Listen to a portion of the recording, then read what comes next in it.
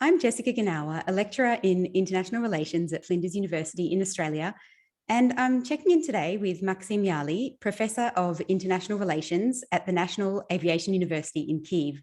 Thanks for joining me today, Maxim. You're welcome, Jessica. So I've been wanting to ask you for a while. We hear from Russian state television oftentimes some pretty outrageous narratives. And I know that you yourself have had contact, you speak Russian, as I understand, sometimes you keep up to date with what's going on Russian state television. And I'm wondering, in your evaluation, do those speakers actually believe what they're saying, or are they trying to propagate a narrative for their state that they themselves know is in some ways not an accurate narrative of what's happening on the ground? Well, I would say it's possible to differentiate some, I would say, different categories. Mm-hmm. Very few of them believe. It usually the rightest and they speak philosophers, so to say, if we can call them, like Dugin and few others, but most of them they just work and they realize that 95% they are saying their narratives is just bullshit, and they don't believe in it themselves. They just, especially it concerns politologists, political technologists. You know, there is Sergeytsev. A few weeks ago, he wrote an article which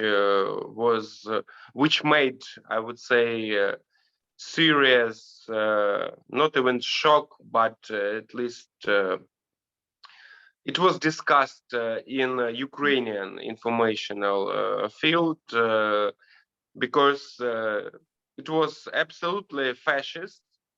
That Ukrainians don't have any right for their sovereignty and for national identity, etc., etc.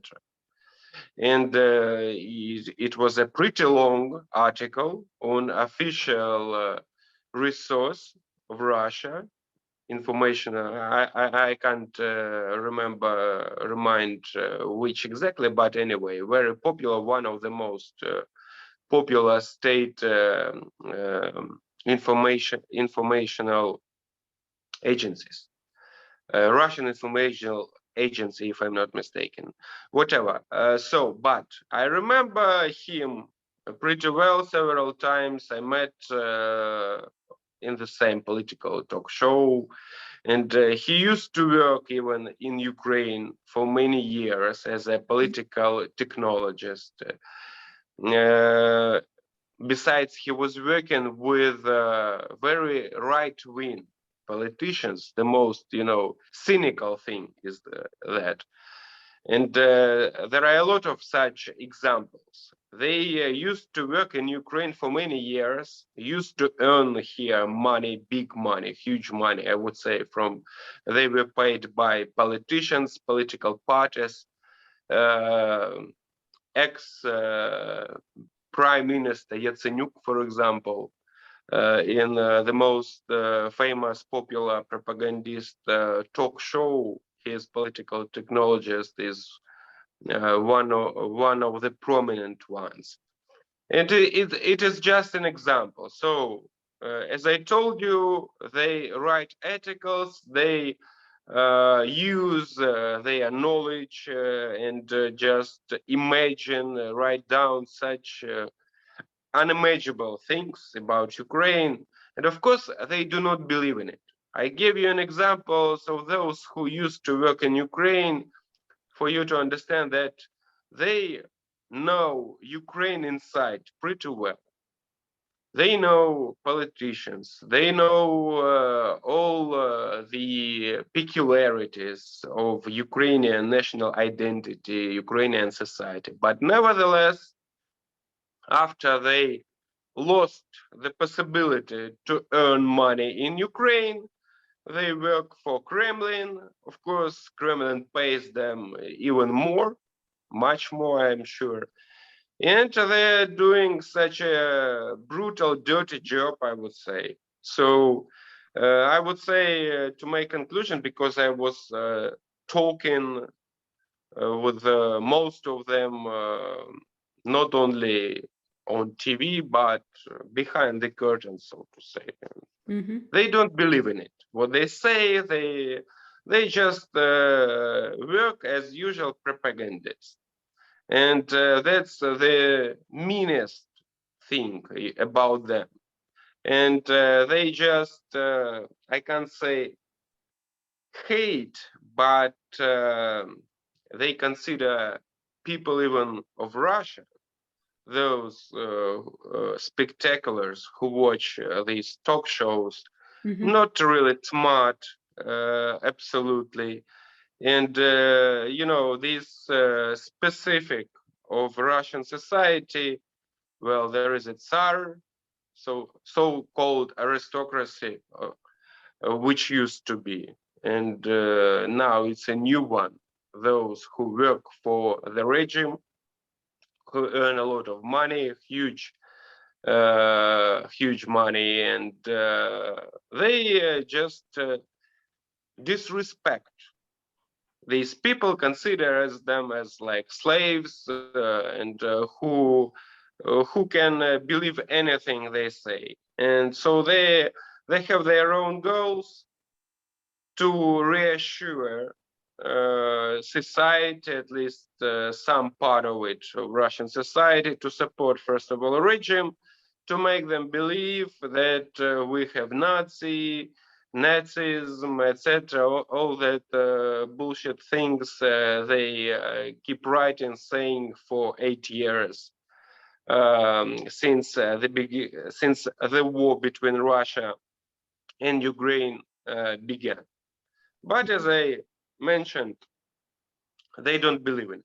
Absolutely. Politicians, including politicians, not only political experts, members of parliament, senators, I know a lot of them, but all of them realize what is really going on in Russia, but they just work for the goals set by Kremlin. Mm-hmm. So there's primarily that monetary motivation, I guess, to participate in propagating those narratives. Did you find yourself, when you visited Russia, obviously prior to 2022, and you met some of those people when you were going on to Russian TV or whatever you were doing there, did you find that there was, on the human level, discrimination or bad feeling towards you because obviously you're Ukrainian? Or did that not exist at that sort of human level between people who are really creating narratives with a lot of hatred, I would say, towards Ukrainians and Ukrainian people? Well, actually, I should firstly mention that I stopped visiting Russia, Russian TV in 2019. Mm-hmm. So that time, especially after President Zelensky won the elections, the narratives changed. They hoped to reestablish, to reset relationships with Ukraine. So, firstly, the agenda was pretty positive, I would say. It changed in comparison with, well, I was visiting in since 2017 until the end of 2019, so 2 years and a half approximately. So when there was a Poroshenko, of course, the narratives were absolutely negative.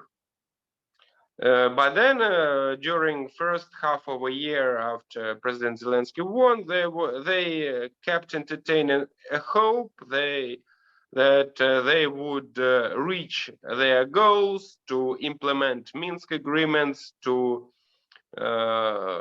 give that Ukrainian government would give water to Crimea. So to implement the Steinmeier formula, well known, it concerns Minsk agreement, proposed by that time Minister of Foreign Affairs of Germany, who was rejected, by the way, to come to Kiev. A month ago, it was a big scandal with Germany.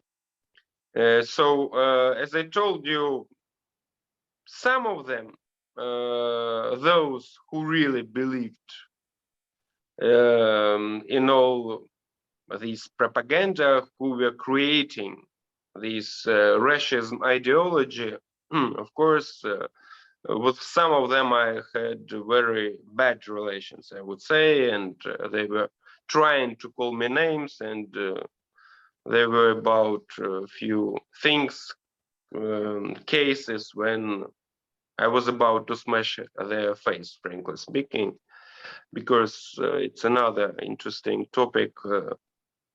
The atmosphere in that talk shows, what the goals they have, etc., etc. But with some who were more or less liberal, who understood that they just work, and who didn't support war, there were some of such, like I didn't feel any hatred, etc. So more or less, I can't say we were friends, of course, but at least we just were trying to be professional and not to cross that lines, I would say. Even some my cat is watching at me.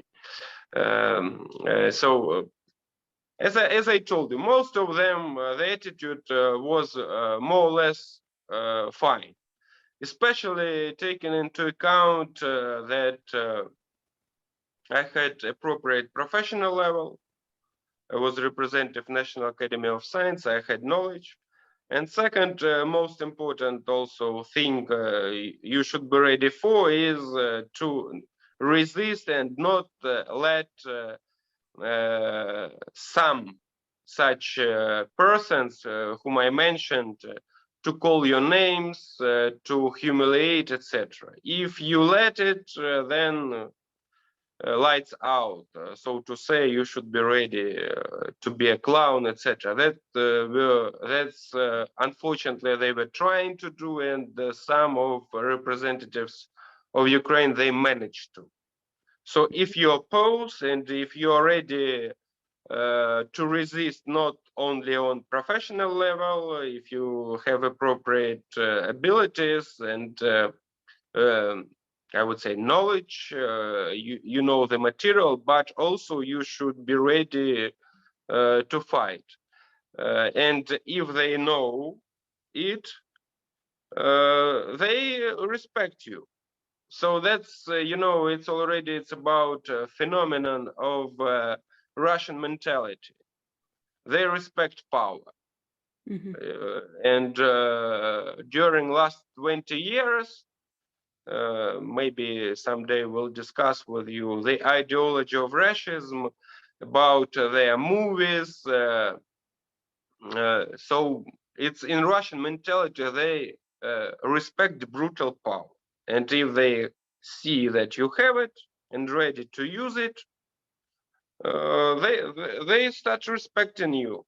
It's very clear conclusion I had, and most of them, even I remember sometimes I was mad even in Ukraine, because unfortunately there were a lot of people, I would say million of them, especially in the south and east regions of Ukraine, who were watching these political shows, and that was my goal of visit in Russia, to give another point of view, because people of Ukraine have different sources. They watch both Ukrainian TV, Russian TV, and they have different sources information. So it was much easier to reassure them. If you give facts, concrete facts, you can't contradict, not propaganda, well, they start rethinking. Of course, it's not the easy way, but anyway, I had a lot of such people, examples, especially in my native Mariupol. That was my main audience because I knew they were watching it, they know me in Mariupol pretty well, and local identity is pretty strong. Mm-hmm.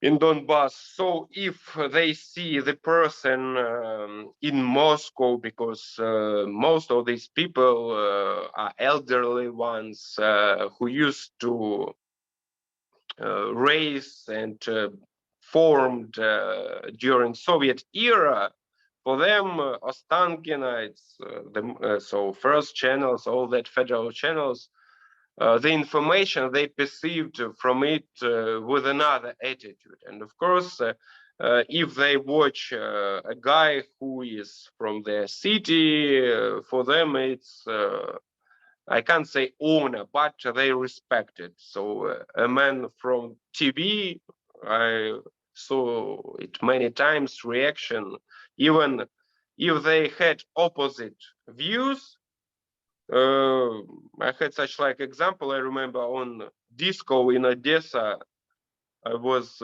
having a rest, and a guy came up to me and told me, "I don't support your views, but I respect you the way you behave on Russian TV." So, as I told you, it's already, you know, when you come there to participate in propagandist talk shows, you should take into account all these mental specifics. So, and that's what I was doing actually. Mm-hmm.